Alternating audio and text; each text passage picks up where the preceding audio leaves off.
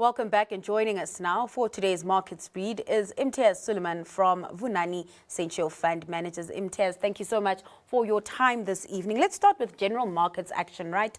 At the top of the day, it did seem like the JSE was in the red. Towards the end of the day, we are seeing some green shoots coming through, but trade remains choppy, and that's playing out globally. And I was reading a note from an analyst at Goldman Sachs saying that volatility will remain moving forward. Just your read on markets and how we've started the week. Yeah, thanks, Nanchaling. I think what we saw was a bit of nervousness in our market initially.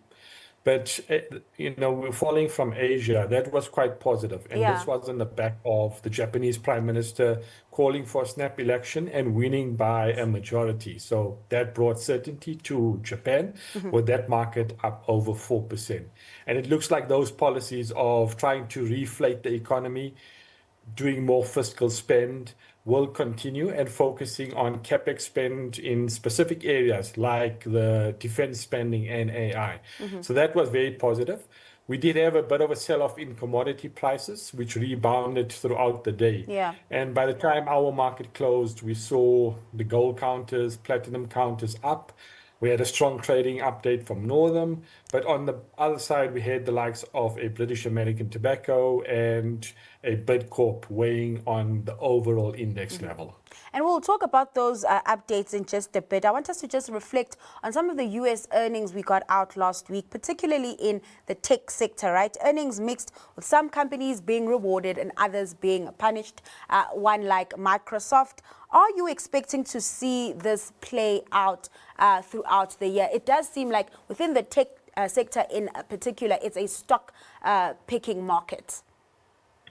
Yeah, I think what the market is very much focused on at the moment is whether all of this capex spend that we're seeing out of those big tech companies, will they really translate into tangible revenues and earnings for those companies?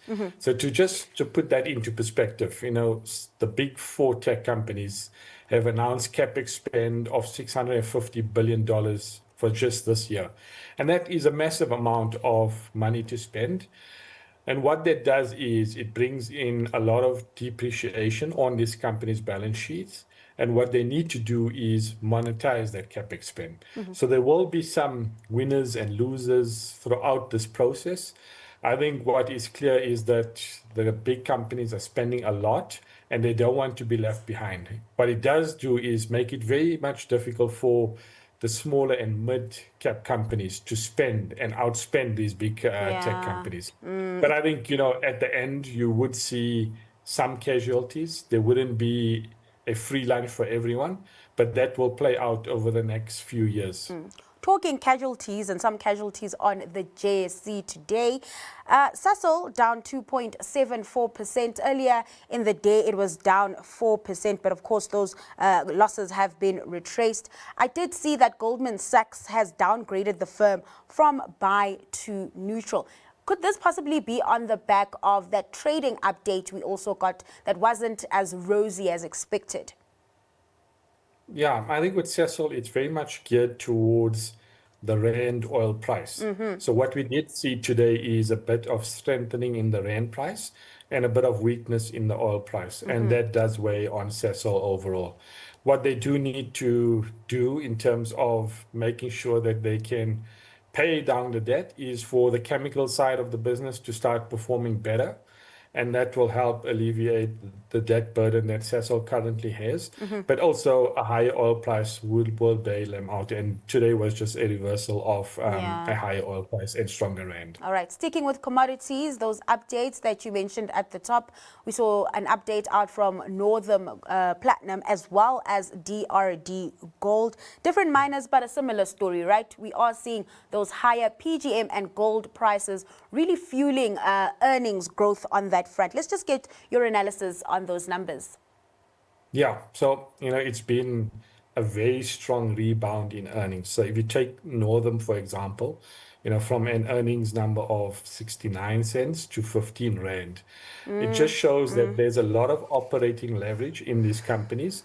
And this is on the back of commodity prices in particular gold, and PGM, the platinum group metals complex, which has performed significantly over the last year and a half. And what we're seeing is costs that are quite well controlled. So in Northam's case, costs were up just 7.2%, but you've got revenues that are growing much faster. And as a result of that, you've got the margin that just expands. Their balance sheet is very strong, so they can pay out much higher dividends and do share buybacks or do some M&A activity. So similar story for DRD Gold. Yeah. Higher commodity prices, costs that are in check, strong balance sheets. It really is looking good for those miners. Let's move over to the property sector before I get your stock pick. Hyprop caught my attention, selling a 50% stake in Woodlands Boulevard for just over 790 million rands while keeping the rest. Is this about unlocking value or reducing Gauteng risk? It wasn't too long ago where it was selling, I think it was Hyde Park, and that deal fell through.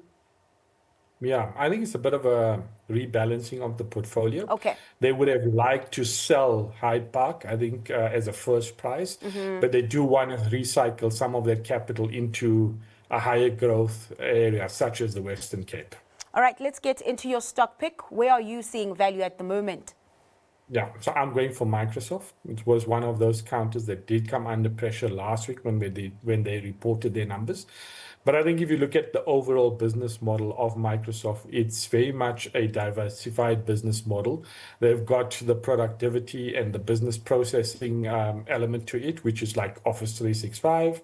And then you've got the cloud business, Azure, which is the number 2 behind Amazon Web Services. And that is very much a business that is sticky and growing, still in the mid-teens to the 20% level. And once companies do migrate, the switching costs are quite high. And the trend of migrating to the cloud continues. So I think if you look at that, Microsoft has some good structural tailwinds behind it. They have high margins of around 40%. A very strong balance sheet, which allows them to do share buybacks, pay increased dividends.